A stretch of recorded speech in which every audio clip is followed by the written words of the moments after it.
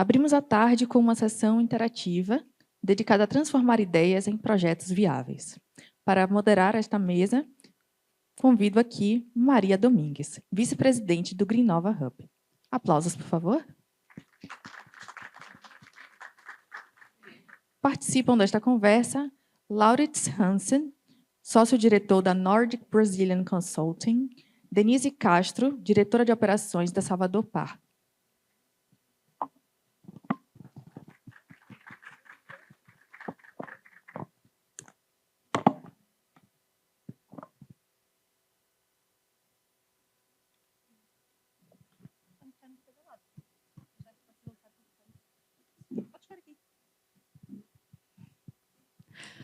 Bom dia a todos. Muito bem-vindos a essa sessão de Ask Me Anything sobre como para levar do projeto ao investimento. Então, antes de começar, só para vocês saberem, a ideia dessa sessão é exatamente que vocês façam questões. Essa sessão é aberta para todo mundo e, qualquer dúvida, não há perguntas idiotas. Não existem. Então, qualquer pergunta que vocês tenham, façam as perguntas e aproveitem esse momento que a gente tem aqui o Laurits e a Denise para poder esclarecer as suas dúvidas. E só antes de começar, eu vou pedir aqui para cada um poder se apresentar um pouquinho, e depois a gente abre o palco para questões. Denise, se você quiser começar. Boa tarde a todos. Meu nome é Denise, eu sou diretora de operações da Salvador Par. A Salvador Par é uma empresa de sociedade de economia mista, vinculada à Prefeitura de Salvador, que atua com projetos de infraestrutura, concessões e PPPs. É uma honra participar do evento, agradeço aí o convite, vim assumir o papel de falar nesse evento um pouco sobre os projetos aqui de Salvador, sobre as experiências, sobre o turismo e desenvolvimento da cidade com projetos de infraestrutura. O presidente da empresa não pôde estar presente, o Marcos Lessa, agradeço também a ele que me indicou aqui para substituí-lo e agradeço a todos do evento. Obrigada. Laurits? Bom, boa tarde a todos. Eu sou dinamarquês, então, se meu português está meio enferrujado, por favor, bear with me. Muito obrigado pelo convite, para Maria e o time do Clean. Agradeço demais estar aqui com vocês. Eu sou sócio fundador de uma empresa chamada de Nordic Brazilian Consulting. Basicamente, essa empresa, o NBC, como a gente costuma dizer, é uma empresa especializada em trazer empresas e investidores nórdicos para o Brasil. Eu moro aqui há 17 anos, sempre em São Paulo, tirando 3 meses em 2004, onde eu morei aqui em Salvador, na rua direita de Santo Antônio. E então minha vamos dizer, jornada do Brasil começou, na verdade, no Brasil. E essa jornada se tornou, vamos dizer, uma jornada de bastante tempo dentro do consulado da Dinamarca, onde eu sempre era representante de entidades do governo financeiros, inclusive o Impact Fund Denmark, que é um fundo de investimento que pertence do governo da Dinamarca, com um pouquinho mais de 5 bi de euros subgestão. Eu ainda sou representante desse fundo e hoje eles estão, em princípio, o meu maior cliente dentro da minha própria empresa, que é o NBC. O fundo basicamente investe em 4 vertentes, sendo agroindústria, saúde, sistema financeiro, mais especificamente microcréditos, e, por último, o time que eu estou mais engajado, vamos dizer, infraestrutura verde, que engloba tudo que tem a ver com energias renováveis, água e saneamento, reciclagem e assim por diante. Além disso, na empresa, a gente também, esses investimentos que o fundo faz são realmente grandes, estamos falando de montantes de 15 milhões de dólares para cima, e então, obviamente, são, vamos dizer, investimentos que não cabem cada tipo de projeto. Mas, além disso, no NBC, na minha empresa, a gente também ajuda, vamos dizer, empresas nórdicas, principalmente dinamarquesas, entrar e fazer parte de projetos menores, de menor escala, onde a gente também consegue recorrer verbas e investidores de menor porte da Dinamarca e da União Europeia. Então, mais uma vez, eu agradeço. Obrigada, Laurits. Então, a dinâmica aqui vai ser, fazem as perguntas que quiserem, se levantarem a mão, vão levar o microfone até vocês. Se não levantarem a mão, eu sigo fazendo perguntas. Eu acho que é um desperdício do tempo, acho que seria melhor se vocês fizessem as questões. Portanto, há algumas questões agora no público? Se não, temos ali uma.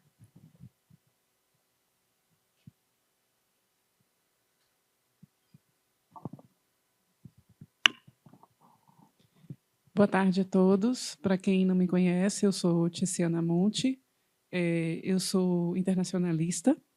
E, bom, a minha pergunta é direcionada a todos, tá? O que vocês percebem que é assim importante, que é assim algo que seria um grande diferencial para que as empresas brasileiras consigam justamente ir do projeto ao investimento? Vou falar um pouquinho aqui do trabalho da Salvador Par, né? A Salvador Par, como eu mencionei, é uma empresa da prefeitura que foi criada para apoiar as secretarias do município aqui de Salvador a estruturarem bons projetos, exatamente para que possa atrair bons investimentos. Então, a empresa é constituída por servidores, por funcionários que atuam com especialização na área de PPPs, concessões em projetos de infraestrutura, e nós analisamos a modelagem econômico-financeira, a modelagem técnica e jurídica de projetos, para que eles se tornem atrativos ao mercado.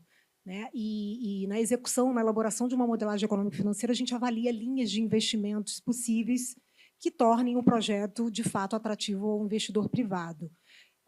Salvador tem crescido bastante, né? O desenvolvimento da cidade é visto, acho, para todos os lados, aí, com bastante obras, né, de infraestrutura. Isso tem atraído bastante o turismo aqui em Salvador. E a Salvador Par está atuando aí fortemente com modelos de gestão desses equipamentos, né? Porque Salvador tem uma característica de construção de muita obra pública, mas esses equipamentos precisam ser geridos e de forma, né, eficiente, com qualidade, para que todos os usuários, turistas e os próprios cidadãos aqui da cidade possam utilizá-lo a longo prazo com a qualidade que requer o lazer, o turismo, enfim.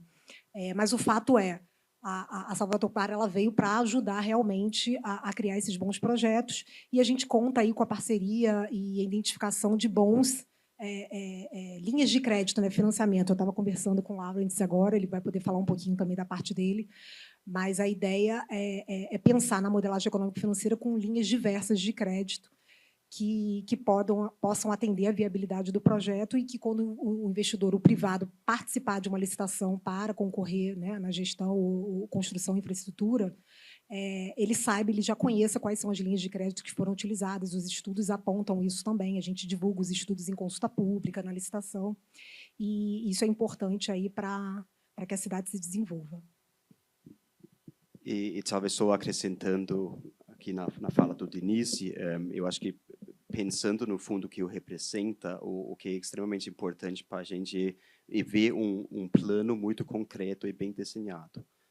Porque muitas vezes chegam, vamos dizer, projetos que talvez não são tão bem estruturados, aonde também o Salvador Par pode me ajudar, mas para a gente levar, vamos dizer, o projeto por diante no nosso processo de investimento, que basicamente tem 3 etapas, e normalmente estamos falando em um prazo de tempo de 4 a 7, 8 meses, média de 6, vai. Aí a gente tem que entender, obviamente, a viabilidade do projeto. Não é caridade que a gente faz, a gente está buscando retornos, até retornos que são públicos e razoavelmente agressivos. Se for equity, 15% em euros nominal, então isso é bastante coisa em reais, mais ou menos por volta de 20% em reais, dependendo do setor. Então, essa viabilidade tem que ver como um modelo financeiro robusto, mas também, ainda mais importante disso, é entender qual é o modelo de negócios e como vão chegar nas projeções que o modelo mostra, e aonde nossa capital vai ser aplicado, qual vai ser o uso do recurso que a gente investe, porque esse uso tem que ser basicamente, vamos dizer, mais que um viés, ele tem que gerar retorno, tem que fomentar crescimento da própria empresa, mas ele também tem que criar impacto. Então, estamos trabalhando com diversos, vamos dizer, bottom lines, E se o projeto não cria um impacto desejado em termos de meio ambiente, em termos de, vamos dizer, parte social no ecossistema onde ele está inserido, por exemplo, Salvador, ou outro estado, outra cidade do Brasil, aí a gente não consegue passar no nosso comitê de investimento. Então, isso é um pouquinho,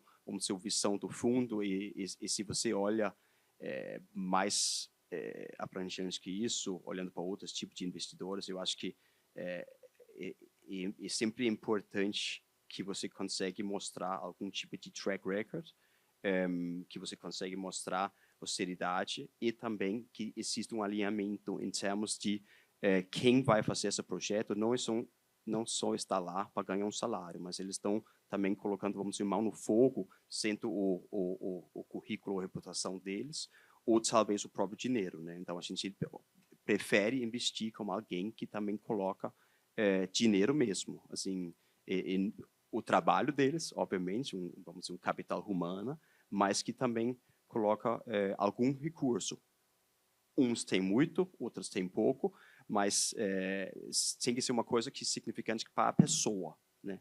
Para alguns isso são 10 milhões, para outros isso é 100 mil, né? Mas isso é importante ver que eles mesmo conseguem colocar, vamos dizer, aporte financeiro pessoal, aonde vamos dizer, acreditando no projeto, né? Obrigada, Lauritz.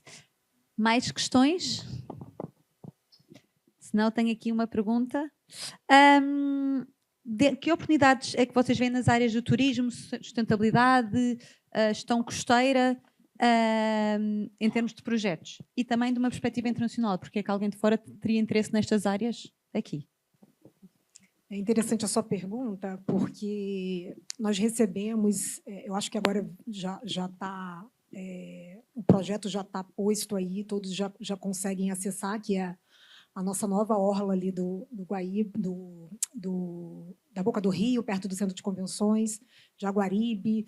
É uma orla que a gente fez um projeto que recebemos uma proposta de uma iniciativa privada. Então, é importante também que entendam que a iniciativa privada ela colabora demais com o desenvolvimento das cidades.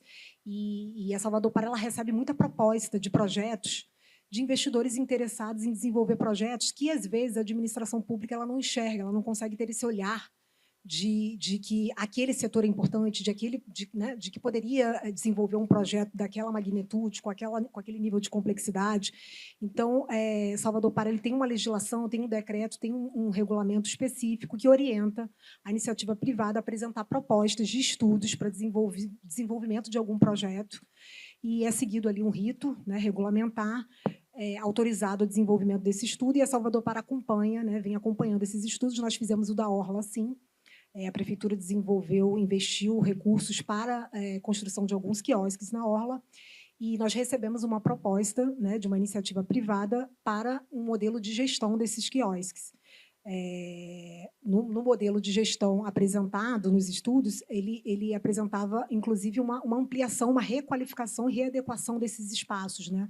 Porque a administração também constrói sem ter ali o core business, sem ter a percepção de que aquilo ali atenderia, de fato, a sociedade, a todos ali, os usuários do turismo. A iniciativa privada ela tem um olhar muito mais voltado para o atendimento ao público, com serviços, né, que atendam ao público diretamente, comida, bebida, enfim, restaurante, não é o papel da administração pública, né?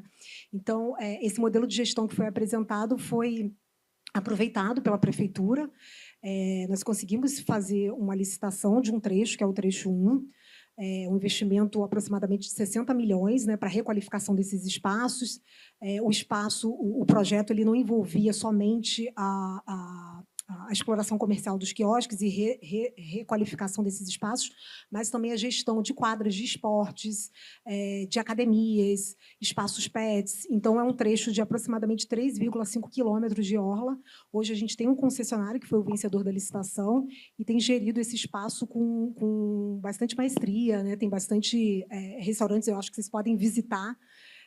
Convido a todos a visitar a nossa orla aqui, para conhecer os quiosques. E a gente fez, com o sucesso do primeiro trecho, a gente fez a licitação do segundo trecho da orla também. Fizemos a licitação, teve concorrência, teve sucesso, temos também o operador, e já está iniciando aí os investimentos para adequar o segundo trecho de orla. Bom, o fundo tecnicamente não investe diretamente, vamos dizer, em projetos de turismo. Fizeram isso no passado, mais especificamente 3 projetos de hotéis, 2 na África e um na Geórgia, na Europa. Mas isso é um pouquinho do passado e de fato, vamos dizer, investir diretamente em turismo saiu do mandato do fundo. Dito isso, a gente investe e está buscando investir em infraestrutura que suporta também turismo. E, obviamente, suporta, vamos dizer,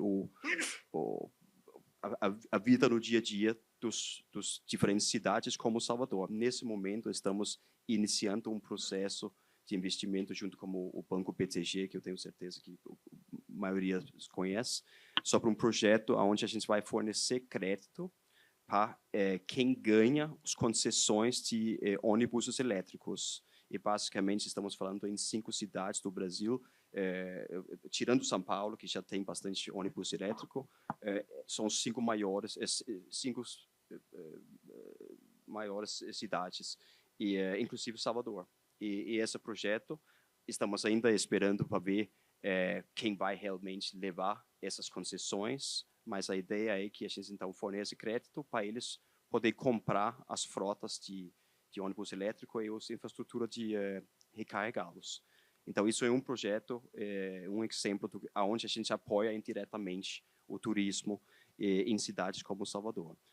Outro projeto que eu posso citar, que eu acho que a gente vai acabar não fazendo, mas eu pessoalmente achei extremamente interessante, e é que existe alguns investimentos em parques nacionais. Esses parques nacionais, como, por exemplo, o Chapada Diamantina, né? E esses parques nacionais, tirando o Cataratas, no Foz do Iguaçu, eles são não muito bem administrados no Brasil por hora. Então, são ativos que, do visão do investidor, são extremamente interessantes, porque, na verdade, vamos dizer, a mãe natureza já fez a maioria da infraestrutura, então você tem pouco a investir para um ativo que pode gerar bastante renda, que para qualquer cálculo fica interessante. E existem algumas empresas que estão começando, vamos dizer, entrar em concessões para justamente profissionalizar ainda mais, vamos dizer, o acesso e a experiência do público para parques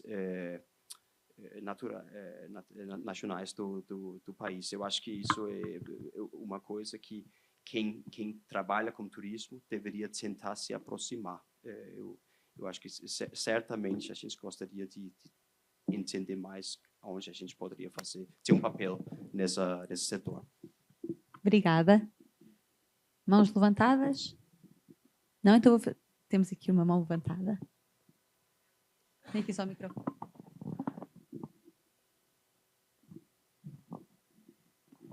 Tânia Fischer, sou coordenadora do Centro Interdisciplinar de Gestão Social para o Desenvolvimento Territorial da UFBA, e gostaria de perguntar como é que pode haver uma maior participação das universidades neste tema, neste campo, e o que é que as empresas poderiam, como é que nós poderíamos nos associar mais, porque há uma certa dissociação.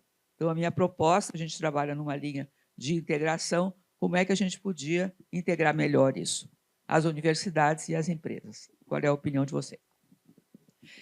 Interessantíssima a sua pergunta, porque é algo que eu venho batalhando há muito tempo. Eu sou da vida acadêmica, gosto muito, gosto de atrair o lado acadêmico à iniciativa privada e à gestão pública. Eu acho que é uma combinação perfeita.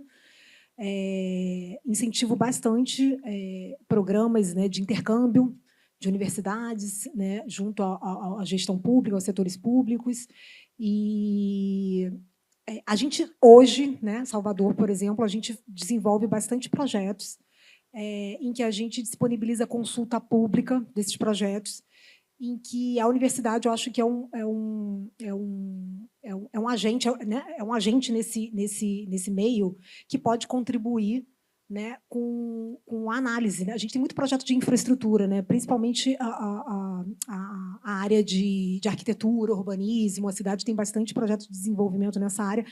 Temos, na minha equipe, eu tenho diversos funcionários com mestrado, doutorado, então a gente tem um viés da academia, né? Então acho que tem que interagir mais. O Ministério Público aqui da Bahia incita bastante, né, que a gestão pública tenha essa interação, que as consultas públicas, audiências públicas, com contribuição não só da sociedade, mas das universidades.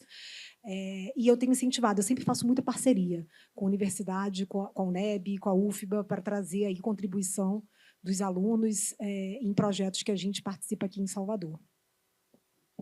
E talvez acrescentando para isso, a palavra da Denise, quando a gente investe num projeto, a gente sempre, vamos dizer, separa parte do recurso para projetos sociais da onde o projeto está inserido. Eu posso dar um exemplo para ficar mais tangível. Temos alguns parques eólicos em Pernambuco, e lá a gente viu que existia um problema na sociedade onde esses parques eólicos foram inseridos, que era que, principalmente as mulheres, não tinham muitas oportunidades de trabalhar. Então, o que a gente fez é, obviamente, começar um projeto para tentar, vamos dizer, ensiná-los a fazer diversas coisas que poderiam agregar valor para o parque eólico, mas certamente também para a vida deles, não só para nossa parque, mas também para os demais parques que estão sendo erguidos no lado. E outra coisa é que essa região tem uma forte, vamos dizer, cultura, agora vou ver se eu falo certinho, mas sobre as rendeiras, que faz rendas, vamos dizer, tradicionais, que são vendidos dentro do Recife. Só que o que estava acontecendo, a gente descobriu através, vamos dizer, esse ecossistema que existia na cidade, e que, na verdade, via pessoas de Recife, espertalhões, comprando essas rendeiras bem barato e vendia muito mais caro no Recife, ganhando a maioria do lucro e basicamente dando uma esmola para quem realmente fazia o trabalho. Então, o que a gente fez era que a gente organizou todas as rendeiras, ajudá-los a se organizar, e fez uma cooperativa, onde, então, 2 vezes por mês, eles, representantes deles mesmo, iriam para Recife vender os produtos deles para um preço muito mais, vamos dizer, atraente, né? Então, esses são alguns, vamos dizer, exemplos do que a gente tenta apoiar o ecossistema, e muitas vezes isso está sendo feito junto com, vamos dizer, pessoas-chave das comunidades, ONGs, e também com, vamos dizer, pessoas que vêm de universidades ou pelo menos escolares locais, vamos dizer.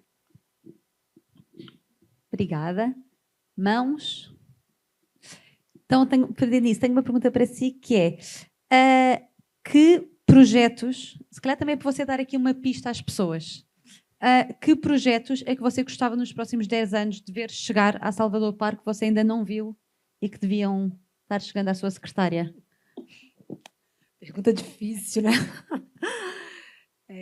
A gente tem um portfólio muito grande de projetos, né? Alguns a gente consegue avançar, outros não. Alguns chegam para a gente de ideias que a gente, né, nem imagina, mas eu particularmente acho que é interessante a gente trabalhar com projetos de parques, né? Porque eu acho que projetos de parques têm aí uma percepção muito grande de uso, né, da sociedade, da comunidade ali. Parques que tenham infraestrutura, né? Que eu acho que é o que precisa, porque hoje a gente não vê, aqui em Salvador principalmente, né, um espaço assim que a gente possa aproveitar ali no dia a dia, enfim, que tenha segurança, que tenha infraestrutura. A maior parte das pessoas que vivem, né, e o turismo, quando vem para cá, é passear na orla, né? Todo mundo passeia na orla, mas ninguém vai a um parque, né, para passear num parque. Então, a gente está pensando aqui num projeto que eu estou muito animada, um projeto para desenvolver esse espaço e fomentar o uso, né, a gestão de um parque que tenha aí uma infraestrutura adequada, que tenha uma qualidade de uso para que as pessoas possam fazer esporte, que o turismo também frequente, né, que venham, olha, eu quero conhecer aquele parque em Salvador. Então, eu acho que isso a gente ainda não tem e a gente tem pensado em desenvolver um projeto nesse aspecto. A gente está desenvolvendo agora um projeto também bastante interessante, que é a Arena, né? Acho que todos que passam ali, que vêm do aeroporto, estão vendo já a construção daquele espaço. A prefeitura investiu aí um montante de aproximadamente 167 milhões para desenvolver aquela infraestrutura, e a gente está estruturando aí, em breve, vocês vão acompanhar, a gente vai desenvolver, estamos desenvolvendo já o modelo de gestão desse equipamento. Ali é um parque também, né? Então, o modelo de gestão ele não vai envolver só a gestão da arena, mas ele vai desenvolver outros equipamentos de uso público para a comunidade, para o turismo ali na região, que é próximo da orla também. E esse projeto ele está em breve, está no forninho. Em breve a gente vai ter consulta pública desse projeto. E esse projeto é um projeto de alta complexidade e de bastante visibilidade. A gente vai desenvolver esse projeto e vai licitar ele na B3, na Bolsa de Valores em São Paulo. Então, aguardem cenas dos próximos capítulos. Muito obrigada. Questões? Posso também fazer um Claro comentário para isso? Bom, eu acho que a colocação da Denise foi perfeita. Eu acho que tem muita coisa a ser feito em Salvador, mais especificamente com esses parques e também a orla em geral. Se você olha para a cidade do Salvador, ele já recebe muitos turistas, obviamente por volta do Carnaval, mas também o Pelourinho e tudo, a imersão cultural, faz bastante, vamos dizer, parte do identidade, vamos dizer, da cidade em termos de atrair turistas.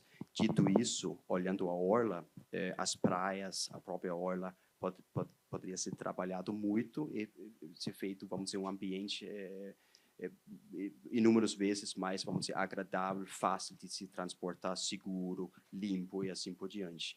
E eu acho que uma coisa vai provavelmente ser difícil para o fundo investir nesse tipo de projeto, mas aonde eu acho que a gente consegue talvez acrescentar valor e possivelmente fazer investimentos seria justamente no transporte. Salvador, como qualquer outra capital no Brasil, tem grandes problemas com infraestrutura de transporte, como engarrafamento, e isso basicamente é um perda de tempo das pessoas, né, sendo turistas ou pessoas que vivem no dia a dia. Eu acho que tentar resolver esses gargalos de transporte, no meu pensamento, através de veículos elétricos, que requer menos manutenção, que basicamente a vida útil do equipamento é muito mais, vamos dizer, econômico. Eu acho que isso é uma oportunidade grande, não só para Salvador, mas para a maioria das cidades grandes no Brasil, que vai beneficiar no final, principalmente quem mora na cidade, quem trabalha, quem vive, mas também os turistas, quando eles vão ver, porque vai ter uma facilidade de se locomover mais e não vai estar perdendo tantas horas no trânsito, né? Fantástico, obrigada.